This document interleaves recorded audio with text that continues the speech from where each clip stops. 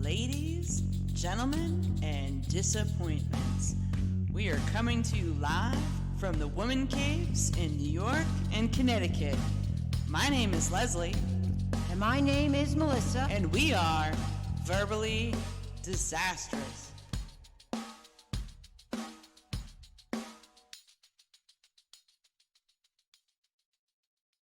Why, hello everyone. I am sharing with you a quote from Michael Lamb, who is a child psychologist. Fathers are the forgotten contributors to child development. I had previously stumbled upon another interesting TEDx Talk YouTube video that I decided to review back in January of 2021.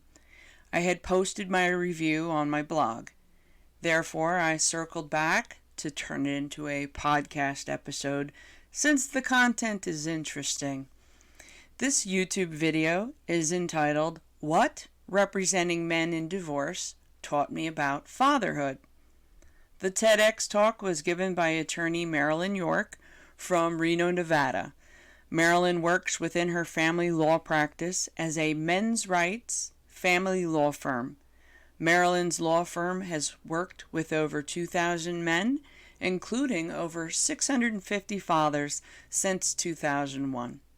The law firm also employs another 9 female lawyers that exclusively fight for men's rights in family court. The law firm has 2 main reasons for only representing men. Firstly, men are considered absolutely crucial during the process of bringing up children. Additionally, men are considered the disadvantaged parents both in family court and amongst society.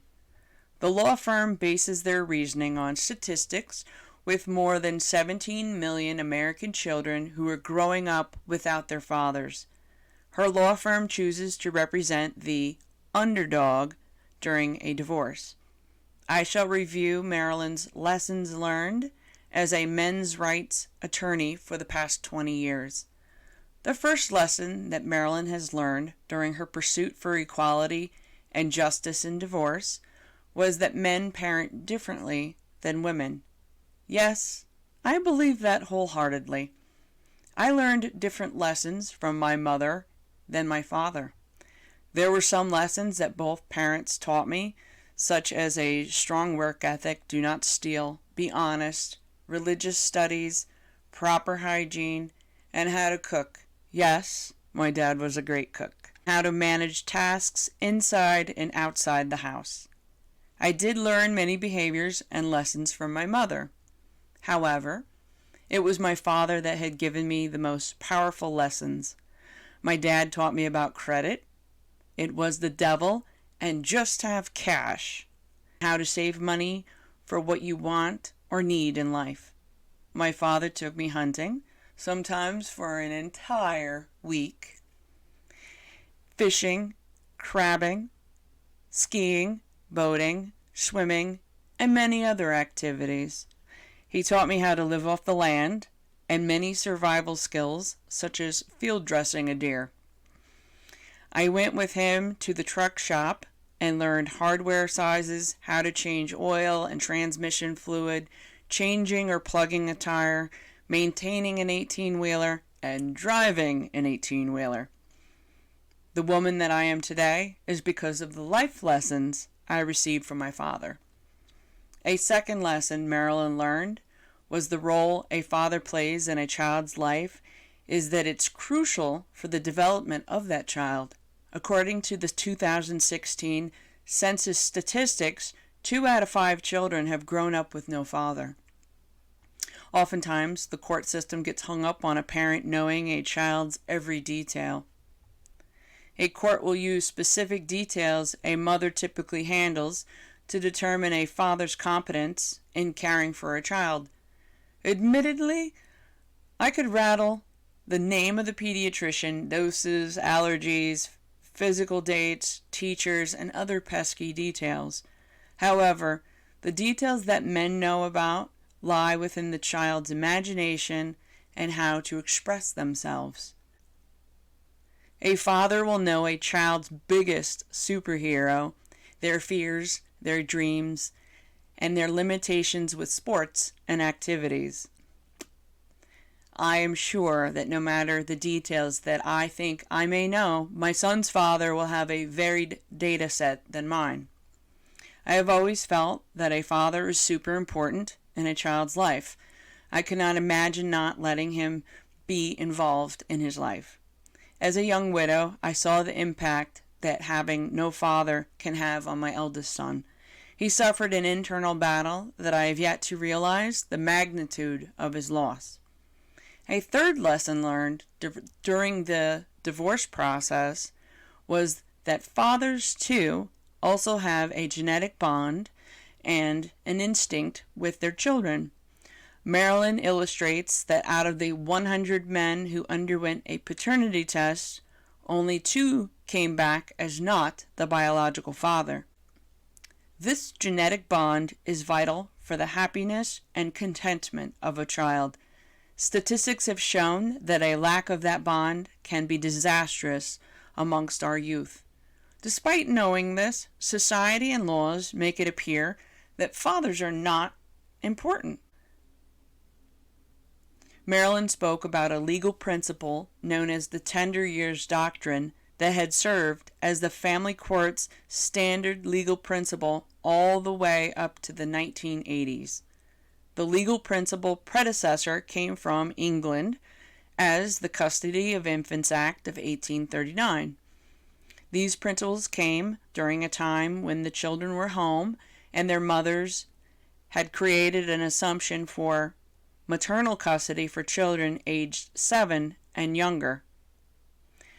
These principles came during a time when the children were home with their mothers and created a presumption for maternal custody for children aged 7 and younger. In England, the presumption went as far as age 16 years old for maternal custody. The more modern child law that replaced older legal principles is the best interests of the child doctrine. It appears the family court legal system is slowly evolving to society. A fourth lesson that Marilyn learned was the number of high statistics that have a deep impact on young kids, courtesy of the Center for Disease Control.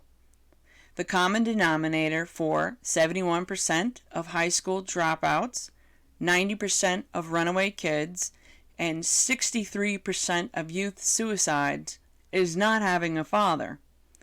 Children are coming from divorced parents at a high rate. There is an average of 2.5 million divorces per year in the U.S. This means that someone is getting divorced every 13 seconds. Let that sink in for a bit. On the other hand, there are a sizable number of children not coming from a divorced home.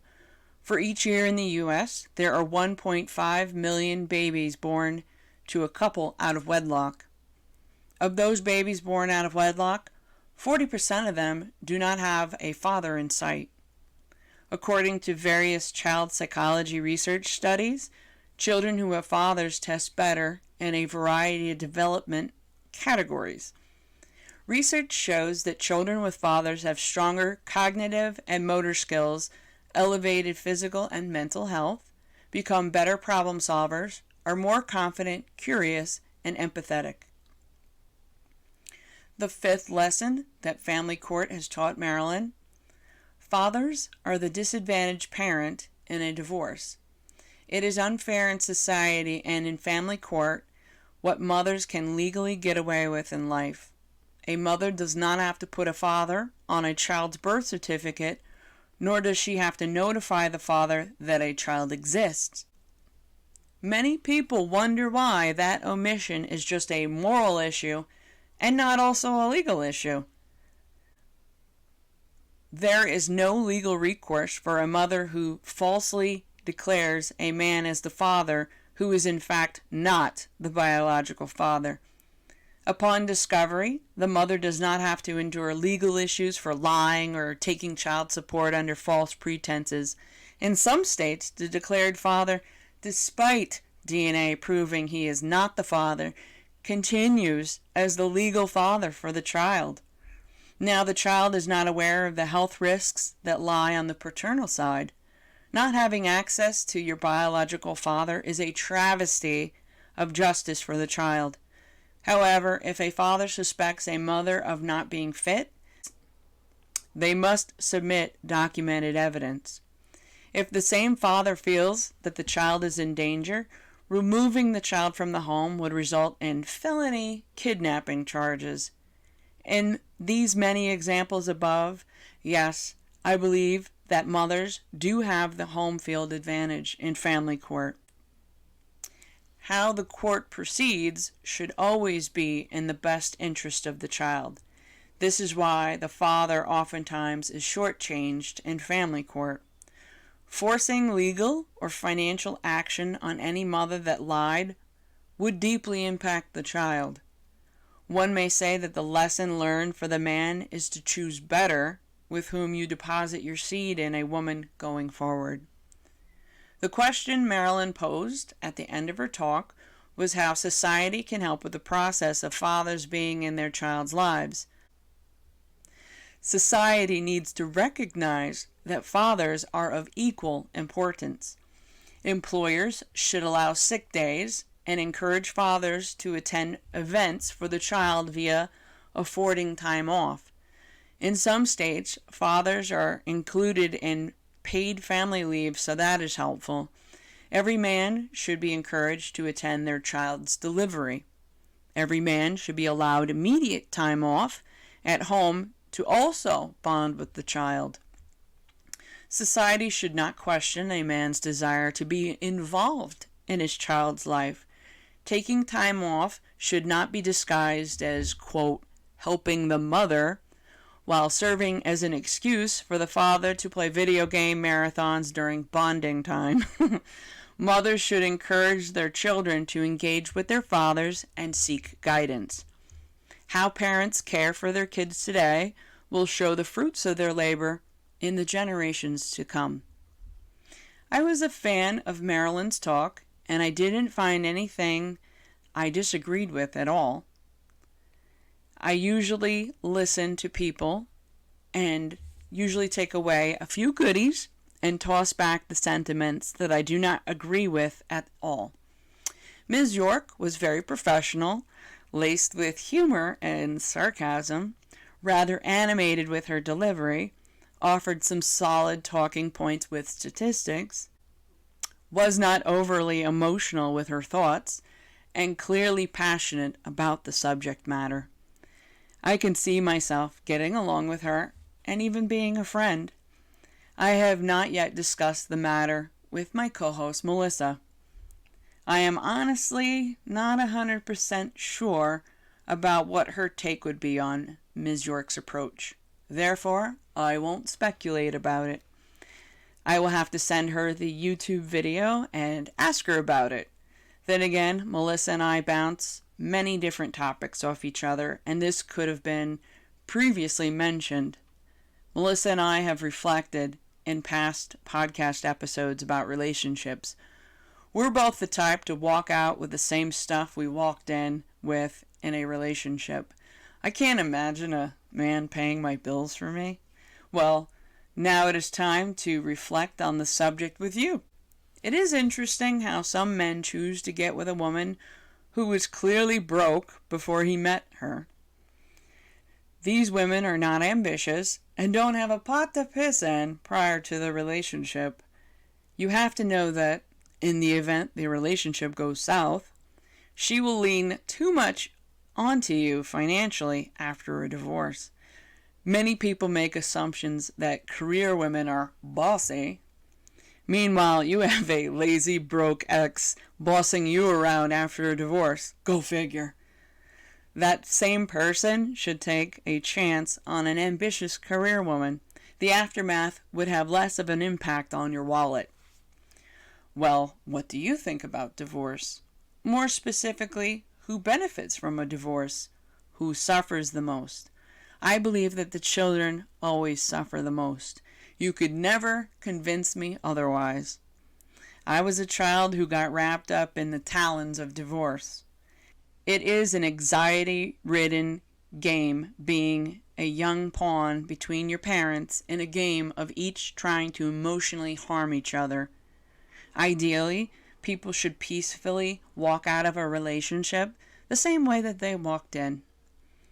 They should each make their tongues bleed in an attempt to not smear each other in the presence of young eyes. In the midst of a divorce, you could have the nose of the local governing body in your business. I believe that a court system forcing a person to pay the other person alimony to maintain the same way of life post-divorce is ridiculous. The person forcing one party to pay 17% in child support is just too much to put on the other person as well. The parent should show receipts of how that 17% has been properly allocated. The child suffers when one party can't do much more than pay child support. It should be a flat amount of money offered and not a percentage of what a person makes to cover the child's expenses. For example, the cost of renting a one-bedroom is, say, $1,500, and a two-bedroom is $1,800. The extra cost for the extra bedroom should be divided into the 4 weeks. Then add a fair amount for the child's clothing and food budget. There is no reason for a woman or a man to get anything more than $1,000 a month for child support. Yes, I said it. Anyone who has a child needs to go out and make their own half of the money. No one should be sitting on the couch expecting the other parent to provide the financial means. A balance needs to be made so that both sides are able to look after the needs of the children. A person giving child support should not have to be relegated to living on a friend's couch, in their mother's basement, homeless, or living out of their car. That is totally unfair for a child to see one of their parents become destitute as a result of being milked for child support. I somewhat feel sorry for a parent who had a kid with a lazy person. However, you must have seen the signs. I was young and opted to go for a chill person in lieu of a drill sergeant for a partner. That ended up being a mistake, since the person became way too chill, meaning more like lazy over time. Yes, we all make choices. We must follow through with those choices and be civil with the former partner for the sake of the kids. If you are currently getting the short end of the stick, I am deeply sorry for you, and I wish you better days ahead. We need to learn lessons from the bad experiences and move forward to better future experiences. In light of all that was spoken about, this wraps up the topic. I want the next topic to be more lighthearted, I promise. I thank you for sticking around. Wherever you are in the globe, heat and humidity are ramping up again here on the streets of New York City. This is your host, Leslie, saying, peace out, Cub Scout. This wraps up another episode on the Verbally Disastrous podcast that can be found on Spotify, Soundcloud, and YouTube. For more information, head over to www.constructiontales.com. Thank you for listening, and have a great one.